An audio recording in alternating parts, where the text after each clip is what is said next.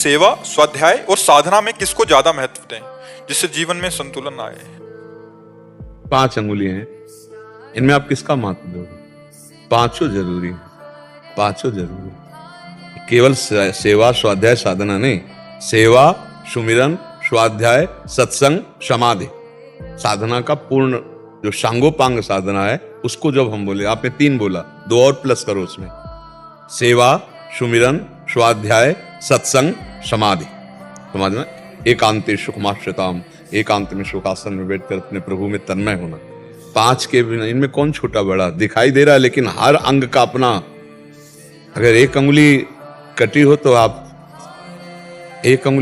तो आपका कमजोर हो जाएगा। ऐसे ही हमारे 5 साधन हैं भगवत प्राप्ति के, 5 सोपान है। पहला है जो वेदो नित्य मधीयताम, शास्त्र नित्य स्वाध्याय करना चाहिए, आवश्यक है। इसमें नहीं कि कौन बड़ा कौन छोटा, नहीं। जैसे हम पंच सकारण चूर्ण बनाए पेट के लिए तो हमें अनुपान से डालना ही होगा उसको, उसमें कोई छोटा बड़ा नहीं है क्योंकि वो औषधि है। तो वेदो नित्य मधीयताम, नित्य हम शास्त्र स्वाध्याय करें। संगा सत्सु विधीयताम, जो शास्त्र स्वाध्याय है वो सफल तभी होगा जब शास्त्र के अनुसार चलने वाले संतों का संग होगा। नहीं तो अपनी मति के अनुसार शास्त्र पकड़ पाओगे।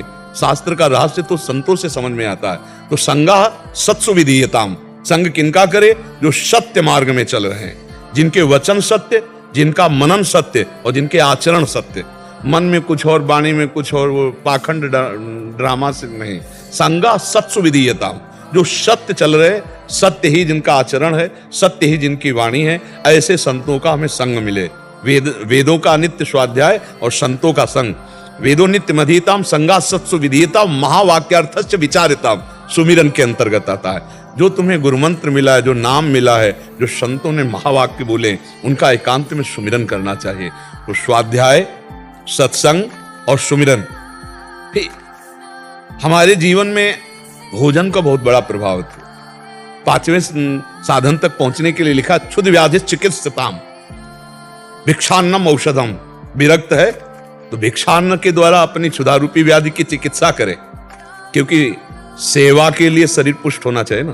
तो सेवा की जब बात आती है तो उसमें कह रहे हैं कि गृहस्थ है तो धर्म पूर्वक कमाए हुए धन से अपने शरीर को बल प्रदान करे, और विरक्त है तो भिक्षान्नम औषधम, 5 घरों के द्वारा मधुकरी मांग करके उससे उदर, और कैसा? औषधि की तरह। आहार जितना उचित हो उतना करना चाहिए, ना तो कम और ना ज्यादा।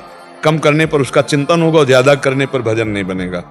तो लिखा भिक्षा औषधम, औषधि की तरह, मित भोगी, थोड़ा आहार करने और अधिक सेवा, संत सेवा, गुरु सेवा, भगवत सेवा, समाज सेवा, अधिक समय सेवा में दे। क्योंकि हमारा शरीर है ना, शरीर से अपराध बने हैं, तो जब सेवा में रहेगा तो शरीर पवित्र हो जाएगा। तो स्वाध्याय, सत्संग, सुमिरन, सेवा। अब आती समाधि। समाधि का मतलब कुछ समय ऐसा 24 घंटे में होना चाहिए, चाहे 40 मिनट ही सही, कि हम एकांत शांत बैठ गए और भगवान के ध्यान में डूब रहे हैं। मन जहां जा रहा है बार बार हटाकर भगवान में लगा रहे हैं। तो अभी चित्तवृत्ति का निरोध हम समाधि के लिए कर रहे हैं, और समाधि का मतलब एकाकार होकर भगवान में डूब जाना। 5 मिनट से ही शरीर की शुद्धि भूल जाए और भगवान की ध्यान स्मृति में डूब जाए, ऐसी समाधि। जागते हुए भी सुसुप्ति की अवस्था, जैसे सुसुप्ति में कोई चिंतन नहीं रहता, ऐसे जागते हुए केवल भगवान के सिवा कोई चिंतन न रह जाए, उसे समाधि कहते हैं। तो ये 5 सूत्र है। आपने 3 कहा ना, साधना के 5 साधन पंचक कहते हैं। वेदो नित्य मधीयताम, संगात सस्तु विधीयताम, महावाक्यार्थस्य विचारिताम, क्षुध व्याधि चिकित्सिताम, एकांते सुख मास्यताम। इनके 5 श्लोक हैं अलग अलग। उसको हिंदी भाषा में हम वर्णन करें कि स्वाध्याय शास्त्रों का, संतों का सत्संग और सुमिरन और समाज सेवा, भगवत सेवा, ठाकुर सेवा, और इसके बाद एकांत में बैठ करके भगवान के ध्यान में डूबना। ये 5 हैं, बराबर 5 की जरूरत है। हम हर समय इन्हीं 5 में अपने मन को लगाएं तो प्रपंच से मुक्त हो जाएंगे। साधनाभ्यास है ना ये, तो 5 समझ गए ना, इसे साधन कहते हैं। साधना कोई अलग चीज नहीं है। सेवा, सुमिरन, स्वाध्याय, सत्संग, समाधि, इसी में विचरण करना साधना कही जाती है।